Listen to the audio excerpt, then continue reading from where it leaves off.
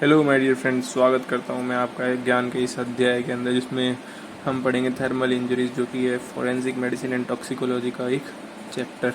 दोस्तों, बात ये है कि मैं क्या है कि सब कुछ लिख नहीं सकता हूं, लेकिन मैं आपको बता सब कुछ सकता हूं। तो आपको नोट्स किस बेसिस पे बनाने हैं जो मैं आपको बताऊँगा, ठीक है दोस्तों। तो शुरू करते हैं दोस्तों इस चैप्टर को। तो सबसे पहले अपने बात करें थर्मल इंजरीज़ की, तो थर्मल इंजरीज़ को हम कोल्ड इंजरीज़ में और हीट इंजरीज़ के अंदर डिवाइड कर सकते हैं। ठीक, या तो ठंड होएगी या फिर गर्मी होएगी।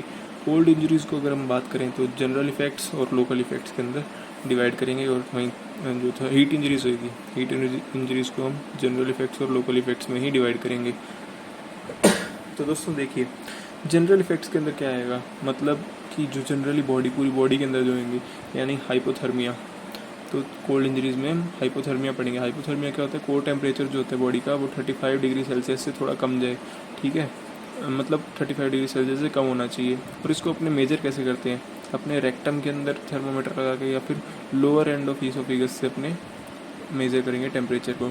अगर हम लोकल इफ़ेक्ट्स की बात करें तो लोकल इफ़ेक्ट्स में दोस्तों जो दो टाइप के होते हैं, दो टाइप की जो कोल्ड इंजरीज़ होती है लोकल इंजरीज़ में, एक होती है ड्राई कोल्ड की वजह से, मतलब कि कोई मतलब ड्राई नॉर्मली कोल्ड हो रहा है उस वजह से इंजरी है, कोई मॉइस्ट कोल्ड से। तो ड्राई कोल्ड के अंदर अगर अपने बात करें तो होता है फ्रॉस्ट बाइट। फ्रॉस्ट बाइट ये कब हो जाता है? मतलब एक टेम्परेचर होता है -2.5 डिग्री सेल्सियस, है ना, करीब करीब इस टेम्परेचर के आसपास का जो होता है ना टेम्परेचर, इसमें को है ना फ्रॉस्ट बाइट हो जाती है दोस्तों, ठीक है। तो ये ड्राई कोल्ड इंजरी है। मॉइस्ट कोल्ड की बात करें तो क्या होता है, ये ज़्यादातर देखने को मिलती है सेलर्स और नेवी ऑफिसर्स के अंदर दोस्तों। इसमें क्या होता है कि जैसे उनके पैर जो होते हैं वो पानी के अंदर रहते होते हैं ना, ठंडे पानी के अंदर, तो उनको मॉइस्ट कोल्ड की वजह से लोकल इंजरीज हो जाती है। तो ये होती है कोल्ड इंजरीज। अपने बात करते हैं दोस्तों थर्मल इंजरीज़ की। तो थर्मल इंजरीज़ की बात करें जिसमें अपने जनरल इफेक्ट्स और लोकल इफेक्ट्स होते हैं। जनरल इफेक्ट्स तो वही है कि हीट रिलेटेड जो सिंड्रोम्स होते हैं वो जनरल इफेक्ट्स के अंदर आ जाएंगे। लोकल इफेक्ट्स की बात करें दोस्तों तो जो ड्राई हीट होती है, ड्राई हीट की वजह से क्या हो सकता है? ऑब्वियसली बात है, बर्न्स होते हैं। मॉइस्ट हीट से क्या होता है? मॉइस्ट हीट से दोस्तों, मॉइस्ट हीट होती कैसे? या तो स्टीम हो सकती है या फिर गर्म पानी गिर सकता है, तो हॉट लिक्विड। तो इनसे होते हैं स्काल्ड्स, ठीक है दोस्तों, ठीक है, स्काल्ड्स। अब दोस्तों अपने देखते हैं कोल्ड इंजरीज़। कोल्ड इंजरीज़ को अपने डिटेल के अंदर पढ़ते हैं। तो मैंने आपको एक ओवरव्यू के अंदर ही बता दिया सारा कुछ। तो कोल्ड इंजरीज़ जो होती है, इनको अपने कोल्ड इंजरीज़ को हम डिटेल में पढ़ेंगे, ठीक है दोस्तों। तो कोल्ड इंजरी में general injury hypothermia, hypothermia, okay दोस्तों। तो हाइपोथर्मिया, ये मतलब हाइपोथर्मिया होने के सबसे ज़्यादा चांसेस किन किन में होते हैं? न्यूबॉर्न के अंदर होते हैं, ठीक है। एल्डरली जो लोग होते हैं उनके अंदर होते हैं, ठीक है। हाइपोथायरॉयड के जो पेशेंट, हाइपोथायरॉयडिज्म जिसमें होते हैं, उनके अंदर ज़्यादा चांस होता है हाइपोथायरॉयड। एक एल्कोहलिक्स। तो ये इन सब में ये सब क्यों होते हैं? देखो NEHA, नेहा, ठीक है दोस्तों। तो इनके अंदर क्यों होते हैं ज़्यादा चांसेस? क्योंकि इनके अंदर जो अपने टेम्परेचर रेगुलेट करने की जो ताकत होती है ना वो कम होती है। दारू पीने की आदत कम हो जाती है, हाइपोथायरॉयडिज्म के पेशेंट्स में कम होती है, एल्डरली में कम होती है, न्यूबॉर्न में कम होती है। अब दोस्तों हमने आगे बढ़ते हैं। अब अपनी क्लासिफिकेशन देखते हैं। हाइपोथर्मिया के अंदर भी क्लासिफिकेशन होते हैं ना, एक होता है इसके अंदर माइल्ड, दूसरा होता है मॉडरेट, और होता है सीवियर। तो MMS, ठीक है। तो MMS इसके अंदर क्लासिफिकेशन है। तो माइल्ड के अंदर क्या होता है? 35 से 32 इतना टेम्परेचर है, और इसके अंदर अपने को माइल्ड इसलिए बोलते हैं 35 से 32, 37 तो अपनी बॉडी का नॉर्मल टेम्परेचर ही होता है। तो फिर इसमें इतनी घबराने वाली क्या बात है? इसमें नॉर्मल शिवरिंग होगी इस टेम्परेचर के ऊपर, ठीक है। कोई फ्रोस्ट बाइट का कोई डर नहीं है, ठीक है दोस्तों। 32 से 28 होती है मॉडरेट के अंदर, 32 से 28। आपको ये बात रहता है दोस्तों, हाइपोथैलेमस जो होता है ना वो 30 डिग्री सेल्सियस के नीचे काम करना बंद कर जाता है, तो हाइपोथैलेमिक फेलियर हो जाता है। 32 से 28 में मॉडरेट इंजरीज, मॉडरेट हाइपोथर्मिया होता है। इसके अंदर दोस्तों क्या होता है? शिवरिंग स्टॉप्स होती है क्योंकि हाइपोथैलेमस बंद हो चुका है। इससे रिफ्लेक्सेस भी बंद हो जाएंगी। इसके अंदर जे वेव देखने को मिलती है ECG के अंदर, जिसको बोलते हैं ऑसबॉर्न वेव बोलते हैं दोस्तों जिसको, ठीक है। तो ये चीज़ अपने को देखने को मिलेगी मॉडरेट हाइपोथर्मिया के अंदर। तो हमने सीवियर हाइपोथर्मिया की बात करते हैं दोस्तों। इसमें होता है टेम्परेचर जो होता है 28 डिग्री सेल्सियस से नीचे का टेम्परेचर होता है। 28 डिग्री सेल्सियस से नीचे का टेम्परेचर, इसमें कॉमा देखने को मिलेगा। इसमें सस्पेंडेड एनिमेशन देखने को मिलती है, सस्पेंडेड एनिमेशन का मतलब क्या होता है दोस्तों? सस्पेंडेड एनिमेशन का मतलब कि बंदा कुछ कर नहीं रहा, बंदे जो दूसरे देखने वाले हैं उनको ऐसा लगता है कि डेथ हो गई है इसकी, तो एक तरह से ये अपरेंट डेथ होती है दोस्तों। अगर ना देखते हैं पैराडॉक्सिकल या फिर रेसिप्रोकल। तो पैराडॉक्सिकल अनड्रेसिंग में क्या होता है दोस्तों कि सब कुछ ख़राब हुआ है, वो उसके दिमाग ख़राब हो गया बंदे का, उसको लगता है गर्मी हो रही है, गर्मी की वजह से वो अनड्रेसिंग कर देगा और ठंड की वजह से उसकी डेथ तो हो ही जाती है। तो जब फोरेंसिक एक्सपर्ट डॉक्टर सालून के आता है ना चेक करने के लिए, तो वो देखते हैं कि भाई साहब इसके साथ तो मतलब सेक्सुअल असॉल्ट हुए क्योंकि कपड़े उतारे हुए हैं। लेकिन असल में वो फिर याद करते हैं अपनी एफएमटी की क्लासेस, तो उसको याद आता है कि अरे ये तो पैराडॉक्सिकल अनड्रेसिंग की है, इसका दिमाग ख़राब हो गया तो इसने वैसे उतारे हैं, बाकी है ना इसका कोई सेक्सुअल असॉल्ट नहीं हुआ इसके साथ। ठीक है दोस्तों, एक तो ये चीज़ देखने को मिलती है। एक सीवियर के अंदर अपने को देखने को मिलती है hide and die syndrome. Hide and die syndrome मतलब बंदा क्या है कि उसको डर लगने लग जाता है, वो छुप जाता है नैरो स्पेसिस के अंदर, कैबिनेट्स के अंदर, इन जगहों पे वो छुप जाता है दोस्तों। उसका दिमाग तो ख़राब हो जाता है, तो वो छुप जाता है और ठंड की वजह से उसकी मौत तो हुई हुई है। तो दोस्तों इसको अपने मतलब इसको भी जो आसपास के लोग हैं वो ऐसे सोचते हैं कोई होमिसाइड है, मतलब किसी ने इसको मार के इस जगह पे छुपा दिया है। लेकिन दोस्तों असल में ये होता है कि उसका दिमाग ख़राब होता है, इसलिए वो खुद ही नैरो स्पेसिस के अंदर जाकर छुप जाता है, मतलब कोनों के अंदर इन जगहों पर जाके छुप जाता है और वहाँ पर उसकी मौत हो जाती है। मरने से पहले उसके साथ ऐसा होता है दोस्तों, सोचिए कितनी दर्दनाक मौत होती है दोस्तों। वैसे अगर हाइपोथर्मिया हो रहा है, माइल्ड कंडीशन वगैरह इनके अंदर अगर हो रहा होता है, या फिर मॉडरेट के अंदर भी, सीवियर के अंदर तो दोस्तों फिर क्या ही है, लेकिन फिर भी अपने कर सकते हैं। मतलब एक ही तरीका है, एकमात्र उपाय है उसके ट्रीटमेंट का, वो है रीवार्मिंग।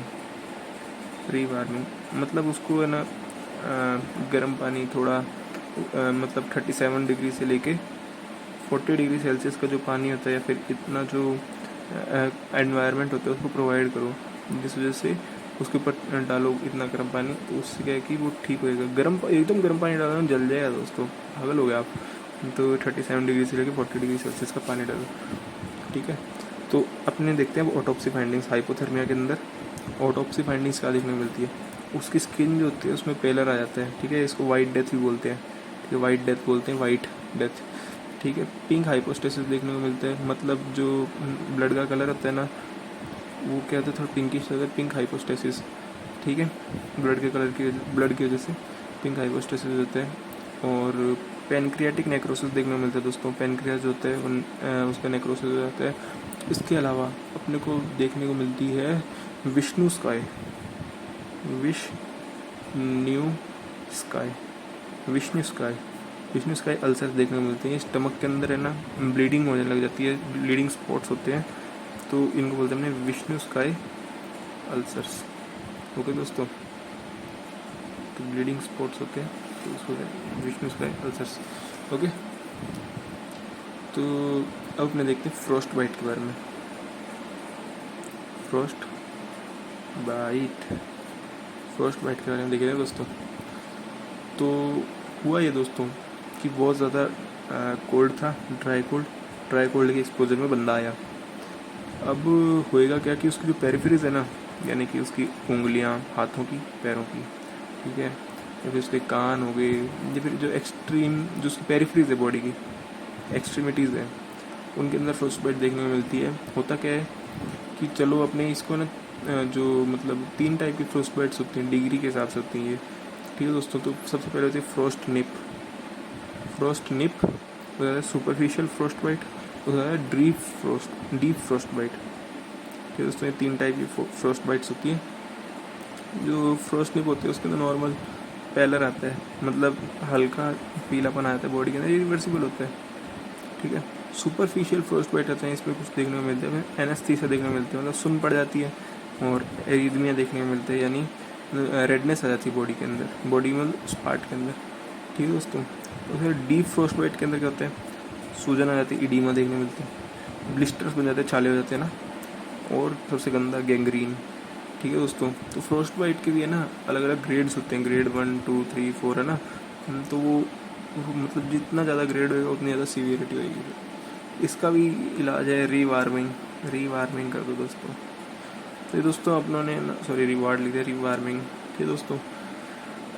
तो ये अपने होगी कोल्ड इंजरीज, ठीक है। अब अपने देखेंगे हीट इंजरीज के बारे में। हीट इंजरीज देखेंगे दोस्तों। तो अब वक्त आ गया दोस्तों कि मैं आपको हीट इंजरीज़ के बारे में बताऊं। दोस्तों हीट इंजरीज जो होती है ना, हीट इंजरीज दोस्तों बहुत दर्दनाक होती है दोस्तों। इसके अंदर मैं बता देता हूँ कि हीट रिलेटेड सिंड्रोम्स अपने पास है ना, 3 टाइप के है ना, अपने मतलब इंजरीज़ को 3 टाइप में लेंगे। एक तो हीट क्रैम्प्स, ठीक है दोस्तों, एक होता है हीट सिनकोप, ओके दोस्तों, एक होता है हीट स्ट्रोक, ओके दोस्तों। तो हीट क्रैम्प्स जो होते हैं ना, उनको अपने फायर आर्म क्रैम्प्स भी बोलते हैं, सॉरी फायर मैंस क्रैम्प्स, क्योंकि जो असल में जो फायर ब्रिगेड में जो लोग काम करते हैं ना दोस्तों, वो हमारे देश के लिए काफ़ी काम करते हैं, लेकिन उनको उतना रिकग्निशन नहीं मिल पाता दोस्तों। असल में आग होती है, आग के पास जाते हैं, पसीना आता है दोस्तों, पसीना आता है, तो जिस वजह से लॉस ऑफ सोडियम हो जाता है दोस्तों, लॉस ऑफ सोडियम हो जाता है।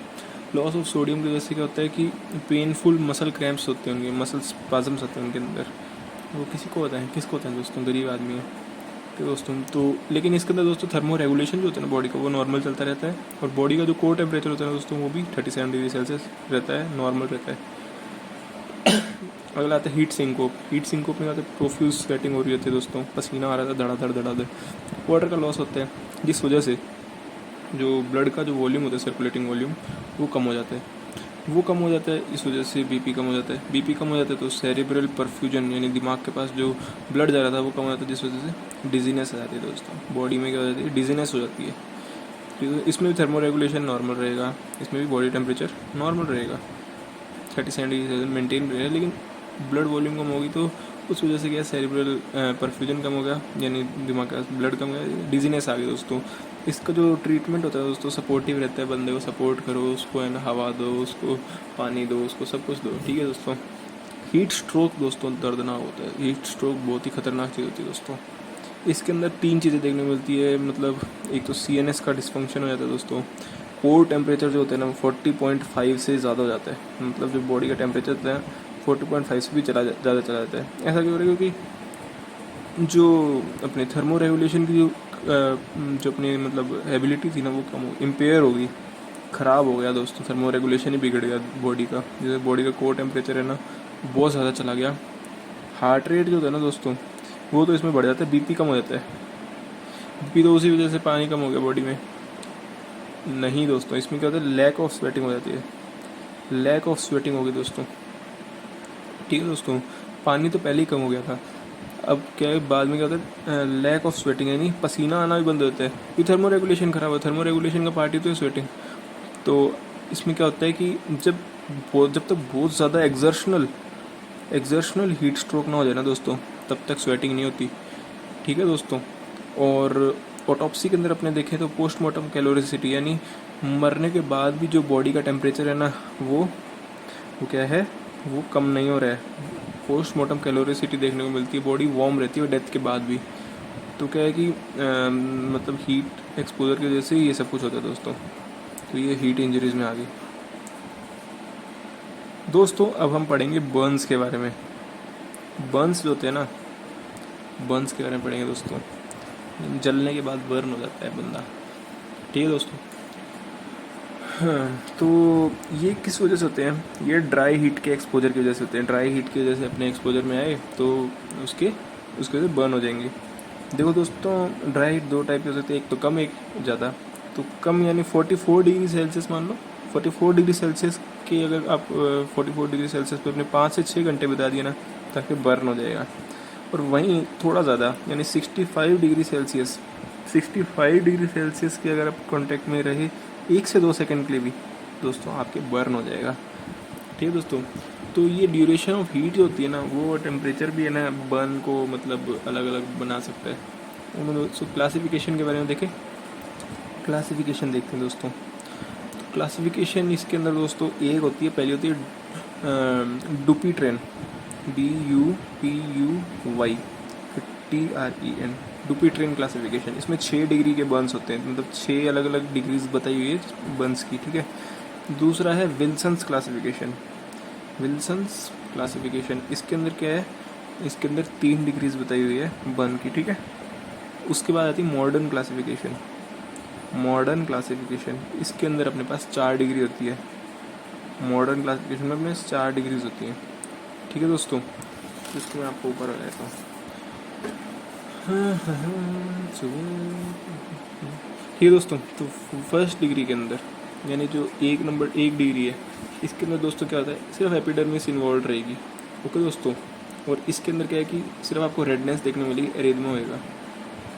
ओके दोस्तों, और पेन जो होएगा, पेन तो इसमें होएगा ही दोस्तों, पेन तो होएगा ही, और पेन होएगा। और क्योंकि नर्व्स जो है अभी तक इंटैक्ट है, न्यूरॉन्स वहाँ के हैं उस एरिया के, वो इंटैक्ट है दोस्तों, तो पेन तो होएगा ही। स्कारिंग जो है ना दोस्तों, स्कारिंग नहीं होएगी फर्स्ट डिग्री पेन के अंदर, फर्स्ट डिग्री बर्न्स के अंदर स्कारिंग नहीं होती है। और हीलिंग 1 हफ्ते से भी कम के अंदर हो जाती है। सेकंड डिग्री पे आ जाते हैं। सेकंड डिग्री बर्न्स को अपने 2 हिस्सों में डिवाइड करते हैं, पहला होता है सुपरफिशियल, दूसरा होता है डीप। ठीक है दोस्तों, सुपरफिशियल के अंदर एपिडर्मिस और पेपिलरी डर्मिस इन्वॉल्व होती है। ठीक है, इसमें एरिथमा यानी रेडनेस तो होती ही है, साथ के अंदर ब्लिस्टर्स भी बन जाते हैं, मतलब छाले भी हो जाते हैं दोस्तों। इसके अंदर भी पेन होता है। इसके अंदर जो स्कारिंग जो होती है वो अनयूजुअल होती है। स्कारिंग मतलब देखने को नहीं मिलती ज़्यादा, लेकिन हो भी सकती है। ओके दोस्तों, तो अनयूजुअल बोलते हैं हमने। ठीक है दोस्तों, 1 से 3 हफ्ते लगते हैं इसको सही होने में, सेकेंड डिग्री के सुपरफिशियल बर्न्स को। डीप की बात करें तो इसके अंदर एपिडर्मिस तो होती है, साथ में कंप्लीट जो डर्मिस होती है वो इन्वॉल्व होएगी, तो ये दोनों इन्वॉल्व है। ब्लिस्टर्स होते हैं इसमें, छाले देखने को मिलते हैं, लेकिन पेन नहीं होता दोस्तों, क्योंकि न्यूरॉन्स जो हैं, न्यूरॉन्स भी ख़राब हो चुके हैं दोस्तों, जो न्यूरॉन्स भी जल गए हैं, इसलिए दोस्तों इसमें स्कारिंग होती है दोस्तों, स्कारिंग होएगी इसके अंदर। और इसके जो बर्न्स हैं उनको ठीक करने में ही 3 हफ्ते से ज़्यादा लग जाएंगे दोस्तों। ये है, यहाँ तक तो बात फिर भी ठीक थी, लेकिन अब थर्ड डिग्री बर्न्स है ना दोस्तों, वो तो दोस्तों आपसे देखे ही नहीं जाएंगे दोस्तों। एपिडर्मिस जो है ना, एपिडर्मिस के साथ साथ डर्मिस और डर्मल अपेंडेजेस, ये सब दोस्तों जल के खाक हो जाएगा दोस्तों। फीचर्स जो हैं, चारिंग आपको देखने को मिलेगी। ठीक है दोस्तों, लेकिन पेन नहीं होगा क्योंकि न्यूरॉन्स ख़राब हुए हैं दोस्तों, जल चुके हैं न्यूरॉन्स।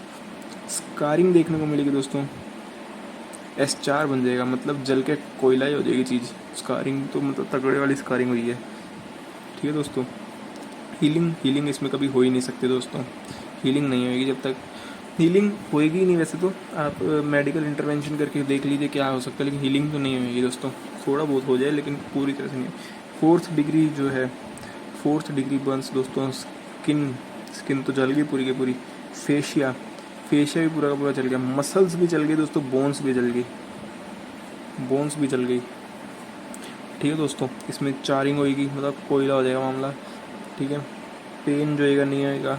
ठीक है, इसके अंदर जो स्कारिंग जो है, स्कारिंग देखने को मिलेगी, S4 फॉर्मेशन होएगा। ठीक है, S4 फॉर्मेशन मतलब कोयला ही होगी मामला। ठीक है दोस्तों, हीलिंग इसमें भी नहीं होएगा दोस्तों। मेरे एक ख्याल आ रहा था कि है ना, इस पेज को पलट देता हूँ, काफ़ी हो गया इसके अंदर है ना, मैं सोचा था आपको सारा इस पे बता दूँ, लेकिन अभी है ना, मतलब मैंने ठीक से किया नहीं, इसमें लिखा नहीं ठीक से। अगले पेज पे चलते हैं दोस्तों, जैसे पढ़ा भी काफ़ी है ना। तो अब बॉडी जल तो गई, बर्न तो हो गई, अब आप एस्टिमेट कैसे करोगे कि कितना जली है, मतलब estimation of burn surface area, आपको सवाल आएगा एस्टिमेट करके दो। तो एस्टिमेशन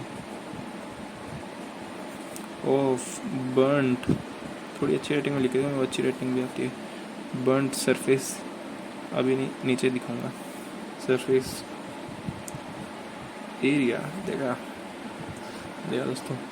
तो इसके अंदर दोस्तों, इसके अंदर क्या है कि आपको है ना 3 रूल्स हैं, मतलब जो कॉमनली बताए जाते हैं।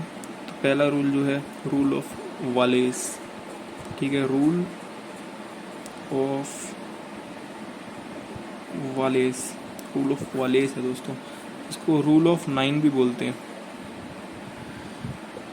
9 क्यों बोलते हैं दोस्तों, इसके अंदर अपनी जो पूरी बॉडी है ना, रूल ऑफ 9 भी बोलते हैं क्योंकि इसके अंदर जो पूरी बॉडी है ना, उसको 99% करके, मतलब अलग अलग पार्ट्स को 99% दे के 100% बना देते हैं। 100% कैसे बनाते हैं मैं आपको पूरा ही बता देता हूँ, रूल ऑफ वालेस कहते हैं। जैसे कि दोस्तों, आपका जब सिर है ना, पूरा सिर और गर्दन को मिला के, ये बोलते हैं कि ये मिला के 9% बनाते हैं बॉडी का, ओके मान ली। प्लस आपकी जो छाती वाला एरिया ना, यानी थोरेक्स वाला एरिया, उसका भी आगे 9% और पीछे भी 9%, तो टोटल हो गया 18% बॉडी का। साथ में एब्डोमन का आगे वाला जो 9% है और पीछे वाला 9%। ठीक है दोस्तों, ऐसे बोलते हैं कि एक हाथ जो है ना, हाथ के आगे वाली सरफेस 4.5% बनाती है और पीछे वाली भी 4.5, तो एक हाथ 9% बनाता है, तो दो हाथ कितने बनाएंगे, 9 + 9%, ये दोनों ऊपर लिम्स। इसी तरीके से जो आपके जो पैर है ना, पैर का आगे वाला सरफेस 9 बनाएगा, पीछे वाला 9 बनाएगा, तो इसके अंदर 18 + 18, ठीक है, दो टांगे हैं तो 18 + 18 हो जाएगा, क्योंकि पैर बड़े होते हैं ना। और आपके जो है ना जेनाइटल्स है ना, मतलब जेनाइटल्स वाला एरिया वो 1% बनाएगा। तो अपने एक बार ऐड करके देख लेते हैं, मैं भी पहली बार ही ऐड करके देख रहा हूँ तो कहीं बेइज्जती ना हो जाए। 27%, ठीक है, ये हो गया 18, ये हो गया 18, ये हो गया 36 + 1, तो इस एक को अपने 28 बनाते हैं, फिर इसको एक को हटा दो।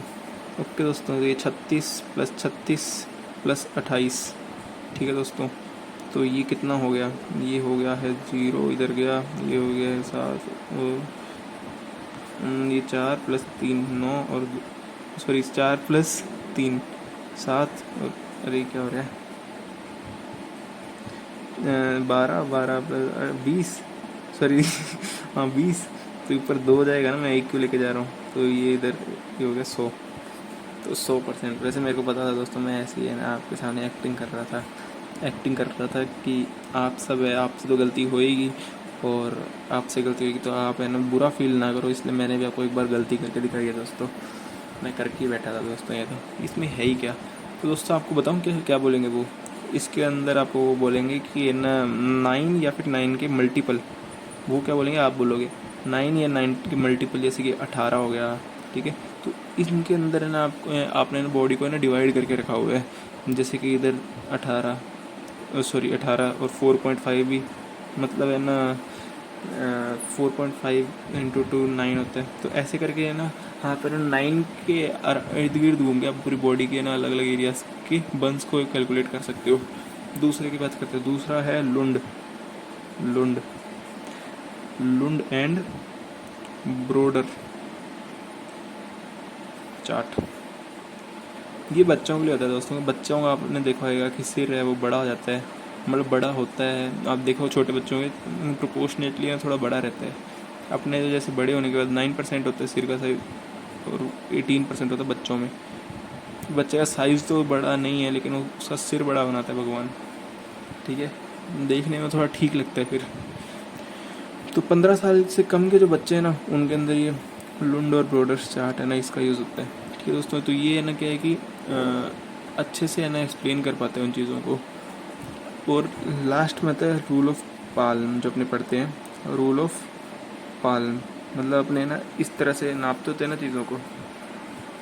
तो ये ऐसे बोलते हैं कि ये ना अपने जो रूल ऑफ पाम है ना, वो 1% जो है बॉडी की 1% को डिनोट करती है, मतलब बताती है कि आप है ना जैसे बॉडी का बर्न एरिया है ना, बर्नट एरिया, तो उसको है ना आप है ना इस तरह से हाथों से नाप लो, और है ना मान लो कि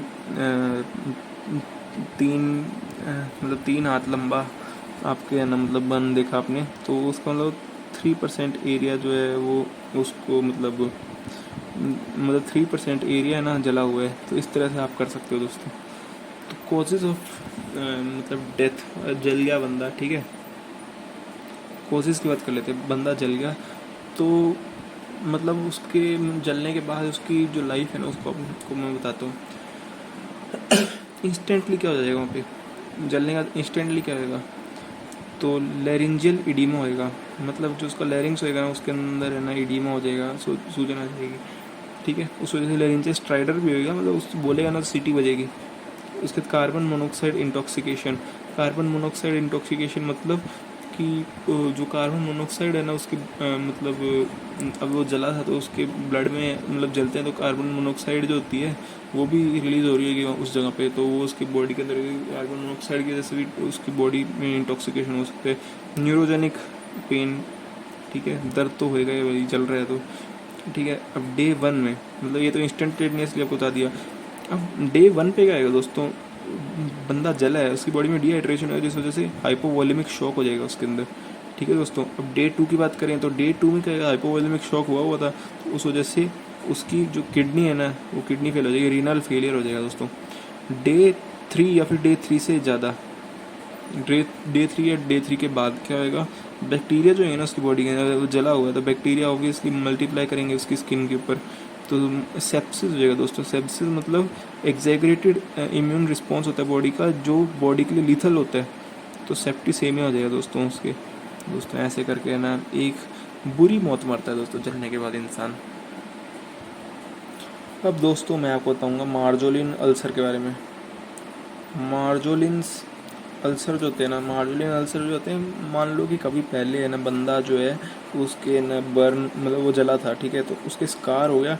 अब उस स्कार के अंदर है ना मैलिग्नेंसी मतलब कोई बैक्टीरिया इन्फेक्शन है इस टाइप का, कई टाइम बाद काफ़ी टाइम बाद है ना कोई, तो उसको मार्जोलिन अल्सर बोलते हैं दोस्तों। मार्जोलिन अल्सर ये MCQ फिलअप इन सब में आया था। बर्न्स की जो ऑटोप्सी फाइंडिंग्स है ना दोस्तों, अब मैं आपसे बात करूँगा उनकी, ठीक है दोस्तों। ऑटोप्सी फाइंडिंग्स यानी एक्सटर्नल एग्जामिनेशन आप करो तो है ना, अगर बंदा जल के मरा है ना तो उसमें लिवर मोटिस नहीं होता, उसके अंदर रिगर मोटिस नहीं होता, उसके अंदर आपके पास एल्गोर मोटिस नहीं होता, ठीक है दोस्तों। ये तीनों टाइप के मोटिस जो मरने के बाद होते हैं, इनमें से कुछ भी नहीं होता बंदे के अंदर, ठीक है। प्रेजेंस ऑफ क्रोफीट साइन, क्रोफीट साइन ये दोस्तों आपसे पूछ लेते हैं और आपको कुछ समझ ही नहीं आता कि क्या पूछा इसने, ये कौवा कहाँ से आ गया। तो दोस्तों होता ये है कि अपनी जो मतलब रिंकल्स होते हैं ना आँखों के पास की झुर्रियाँ, तो होता ये है कि जलता है बंदा तो पूरी बॉडी मतलब पूरी बॉडी के अंदर है ना सूट डिपोजिशन होता है, मतलब वो जो कालुश होता है, कालुश का डिपोजिशन होता है। लेकिन जो ये झुर्रियाँ रहती है ना, इनके अंदर क्या है कि इनके अंदर है ना सूट डिपोजिशन नहीं होता है। तो ये है कि ये एंटी मोर्टम बर्न्स यानी जब मौत से पहले अगर बर्न हुआ है ना, तो है ना ये सूट जो है ये सूट रिंकल्स के अंदर नहीं होएगा।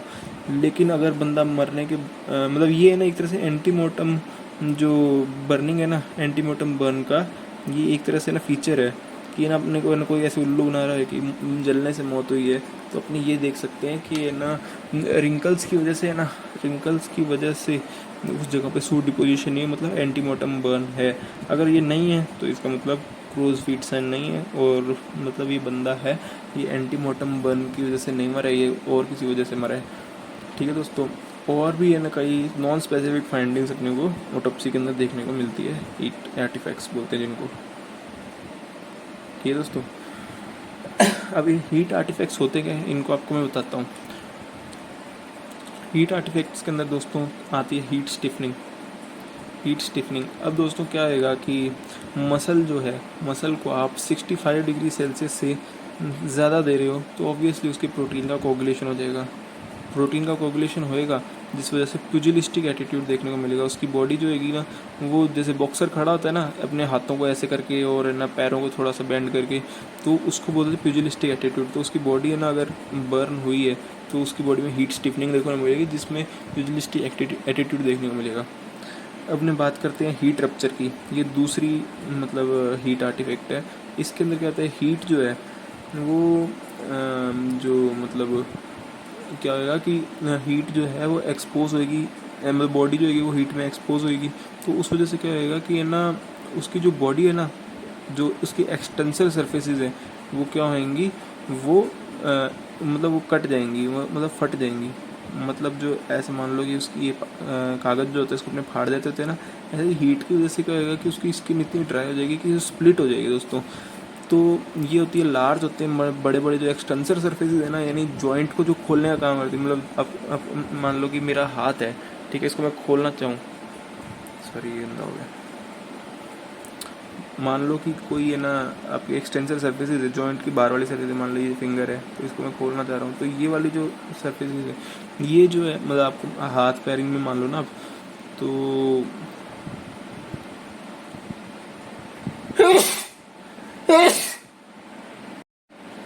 तो दोस्तों हीट रप्चर की बात करते हैं दोस्तों। हीट रप्चर में क्या होगा दोस्तों कि आपकी जो स्किन जो है जो एक्सपोज हो रही है हीट में, तो क्या है वो ड्राई हो जाएगी, और ड्राई होने की वजह से वो इतनी हीट हो रही है, तो हीट की वजह से आपकी जो एक्सटेंसर सरफेस है ना, ज़्यादातर उनमें देखा जाता है कि वो स्प्लिट हो जाती है, वो फट जाती है। तो दोस्तों इस वजह से ना ये मतलब इनसाइज्ड वाउंड जैसे लगते हैं, लेकिन होते नहीं हैं क्योंकि ये लार्ज इरेगुलर होते हैं। तो ठीक है दोस्तों, एक एक्सटेंसर सरफेसेज में देखने को मिलते हैं, ठीक है। इसमें क्या होता है दोस्तों, वेसल्स और नर्व्स जो होती है ना, जो फ्लोर के अंदर होती है, ऊपर वाली नहीं, फ्लोर वाली, तो वो तो है इंटैक्ट रहती हैं, ठीक है दोस्तों। और क्या है कि ब्लीडिंग देखने को नहीं मिलती, मतलब अगर कटा हुआ होता तो उनमें से ब्लीडिंग हो जाती, तो ब्लीडिंग देखने को मिलती। पेलर आता है, पेलर होता है, ठीक है दोस्तों। तो ये दोस्तों हो गया, ये हो गया हीट रप्चर। अपने हीट हेमाटोमा की बात करते हैं, मतलब हीट की वजह से खून भी तो आता है। तो एपिड्यूरल सर्फेसिस जो होती है ना दोस्तों, यानी ड्यूरामेटर के आसपास की जो स्पेस होती है, एपिड्यूरल स्पेस, उसके अंदर दोस्तों हेमाटोमा हो जाता है। ये हेमाटोमा क्यों होते हैं? एमिसरी वेंस जो होती है ना, एमिसरी वेंस क्या होती है, जो कनेक्ट करने का काम करती है, अंदर वाले और बाहर वाले जो एरियाज होते हैं स्कल के, उनको एमिसरी वेंस कनेक्ट करती होती है ना, डीऑक्सीनेटेड ब्लड वगैरह लेके जाती होती है। तो ड्यूरल वेनस साइनसेस भी होते हैं। तो ये क्या है, ये इनमें है ना हीट की वजह से क्या होता है, रप्चर हो जाता है, जिस वजह से हेमाटोमा होता है। अब कोई बोले कि यार ये तो ट्रोमा की वजह से भी तो खून बह सकता था, तो अपना डिफरेंस कैसे करेंगे? तो इसके अंदर क्या है, हीट के वजह से चॉकलेट ब्राउन कलर का ब्लड होता है दोस्तों, चॉकलेट ब्राउन कलर का ब्लड होता है, और साथ में उसमें हनीकॉम्ब अपीयरेंस देखने को मिलती है। ओके दोस्तों, और जो बायलेटरल मतलब दोनों साइड का जो उसका है, उसमें कार्बोक्सी हीमोग्लोबिन देखने को मिलता है दोस्तों। मतलब कार्बन मोनोऑक्साइड की वजह से कार्बोक्सी हीमोग्लोबिन बन जाता है, तो ब्लड क्लॉट्स जो होंगे उनके अंदर कार्बोक्सी हीमोग्लोबिन देखने को मिलेगा दोस्तों। और ये हो गया अपने हीट हेमाटोमा दोस्तों। अब अपने हीट फ्रैक्चर की बात करते हैं। हीट फ्रैक्चर दोस्तों वही है कि है ना, इतनी गर्मी है तो है ना ड्राइंग हो जाएगी, बोन की चारिंग हो जाएगी, जिस वजह से बोन क्या है कि टूट भी सकती है। तो ये जो अगर स्कल के अंदर हुआ ना दोस्तों ये फ्रैक्चर, तो ये इसको होता है स्पाइडर वेब फ्रैक्चर, ठीक है दोस्तों। स्पाइडर वेब यानी मकड़ी के जाले जैसा फ्रैक्चर, स्पाइडर वेब फ्रैक्चर बोलते हैं दोस्तों। लॉन्ग बोन्स के अंदर दोस्तों इसको स्ट्रीट या फिर अवेन्यू फ्रैक्चर, ये दोस्तों ये हीट फ्रैक्चर होते हैं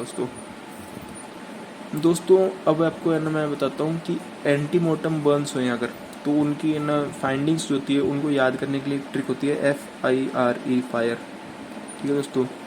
तो F का मतलब जो उसका फ्लूइड होएगा ना, मतलब जहाँ पे जल है उधर का जो फ्लूइड होएगा वो प्रोटीन और क्लोराइड के अंदर रिच होएगा दोस्तों, प्रोटीन और क्लोराइड के अंदर रिच होएगा दोस्तों। ब्लिस्टर्स का जो फ्लूइड होता है ना, वो प्रोटीन और क्लोराइड के अंदर रिच होएगा। इन्फ्लेमेशन के साइंस देखने को मिलेंगे, जिस वजह से अपने को पता लगता है कि बॉडी के अंदर जो बर्न है वो पहले होती है, क्योंकि इन्फ्लेमेशन तो जिंदा बॉडी के अंदर ही होगी दोस्तों ऑब्वियसली। इन्फ्लेमेशन के साइंस देखने को मिलेंगे। रेडनेस जो होती है, और रेडनेस रेड लाइन रिपेयर, यानी दोस्तों होगा ये कि है ना जो जला हुआ एरिया, अब जला हुआ है तो उसके आसपास आप देखो रेड लाइन देखने को मिलती है। तो जो रेड लाइन होती है ना, वो इस बात का संकेत होती है कि यहाँ पे ब्लड सप्लाई बढ़ चुकी है, यहाँ पे रिपेयर हो रहा है। तो रेडनेस रेड लाइन रिपेयर होता है दोस्तों। एंजाइम्स जो हैं यहाँ पे बढ़ जाएंगे दोस्तों। तो ये है हमारे पास एंटीमोर्टम फाइंडिंग्स की जो ट्रिक है, FIRE, ठीक है दोस्तों। तो ये तो अपने बात कर ली जो अपने पास एक्सटर्नल फाइंडिंग्स थी। अब इंटरनल फाइंडिंग्स भी होती है, तो उसको अपने एक ट्रिक से याद करते हैं, 4C, मतलब C ओके दोस्तों। तो बंदा जिंदा था उस टाइम जब वो जल रहा था, तो ऑब्वियसली कार्बन मोनोऑक्साइड होगी हवा के अंदर, ठीक है दोस्तों। और तो इसका मतलब ये है कि कार्बन मोनोऑक्साइड है, तो जो ब्लड होगा ना उसके अंदर 10% से या 15%, 10 से 15% से ज़्यादा या इतनी अगर कार्बन मोनोऑक्साइड यानी कार्बोक्सी हीमोग्लोबिन देखने को मिले, तो इसका मतलब बंदा जलने की वजह से मरा है, ठीक है दोस्तों। कार्बन यानी सूट, मतलब जो कालुष होता है वो एयरवेज के अंदर भी जाता है, अगर वो सांस ले रहा था उस टाइम तो टर्मिनल ब्रोंकाइल्स तक चला जाता है वो। तो ये भी एक फीचर है एंटीमोर्टम बर्न्स का ना। और साइनाइड जो है, मतलब प्लास्टिक वगैरह जलते हैं ना, तो वो साइनाइड रिलीज़ करते हैं, तो हाइड्रोजन साइनाइड जो है वो ब्लड के अंदर बनता है। साइनाइड जो है ब्लड के अंदर वो ज़्यादा होएगा, ठीक। कर्लिंग अल्सर्स, अब इतना जल रहा है बंदा तो ऑब्वियसली जो ड्यूडेनम और स्टमक की जो म्यूकोसा है ना दोस्तों, वो क्या होएगी, वो है ना मतलब ख़राब हो जाएगी, और है ना कर्लिंग अल्सर्स देखने को मिलेंगे दोस्तों ड्यूडेनम और स्टमक के अंदर, ठीक है दोस्तों। अब बर्न्स जो होते हैं दोस्तों वो तो ड्राई हीट की वजह से, स्काल्ड्स जो होते हैं ना दोस्तों वो होते हैं वेट की वजह से। ये हो गया स्काल्ड और ये हो गया बर्न। तो इनके बीच में हमको डिफरेंस बता देता हूँ। तो चारिंग ऑब्वियसली बर्न के अंदर दिखने में इसमें नहीं मिलेगी, ठीक है दोस्तों। स्किन जो है स्किन ब्लीचिंग स्किन, यानी वाइटिश हो जाती है स्किन वो स्कार्ड की वजह से। बर्न के अंदर ऐसा नहीं होता। ठीक है दोस्तों, ब्लिस्टर्स की जो लाइनिंग है, मतलब ब्लिस्टर्स जो है वो मतलब नॉर्मल पैटर्न्स के अंदर होते हैं, लेकिन जो स्कार्स होंगे उसके अंदर स्प्लैशिंग ब्लिस्टर्स देखने मिलेंगे, मतलब जहाँ जहाँ पे पानी गिरा वहाँ पे ब्लिस्टर्स होंगे। ओके दोस्तों, क्लोथिंग जो होगी इसके अंदर जल चुकी होगी, लेकिन इसके अंदर इंटैक्ट रहेगी। ठीक है दोस्तों, लेवल ऑफ कॉन्टैक्ट, मतलब कि मान लो कि है ना पेट के ऊपर है ना माचिस लगाई, तो ऑब्वियसली जिस जगह पे लगाई उसके ऊपर ही क्या होगा कि मतलब आपको जला हुआ दिखेगा, क्योंकि फ्लेम जो होती है ऊपर की साइड जाती है, लेकिन पानी जो होता है नीचे रहता है। तो आपने है ना पेट के ऊपर कुछ पानी गिरा तो उसके नीचे बर्न होएगा, उसके ऊपर नहीं होएगा। ठीक है, मैं उसके ऊपरली साइड पे। दोस्तों ये है हमारे पास बर्न्स और स्कार के बीच में। तो अब ने यहाँ पे दोस्तों ख़त्म कर दिया थर्मल इंजरीज़। दोस्तों इतना टाइम भी नहीं लगा, लेकिन टॉपिक जो है काफ़ी इम्पोर्टेंट था, आपको अच्छे मार्क्स दिलाएगा दोस्तों। आप अच्छे से पढ़ाई किए मेरे साथ दोस्तों, थैंक यू दोस्तों। इसके अलावा मेरा एक और चैनल भी है दोस्तों, फियोरारी, जिस पे मैं पढ़ाई से हट के जो मेरे को अच्छा लगता है वो वाला मैं स्टफ़ डालता हूँ, मेरे को मज़ा आता है दोस्तों उस चीज़ में। दोस्तों इस चैनल को भी सब्सक्राइब कर देना।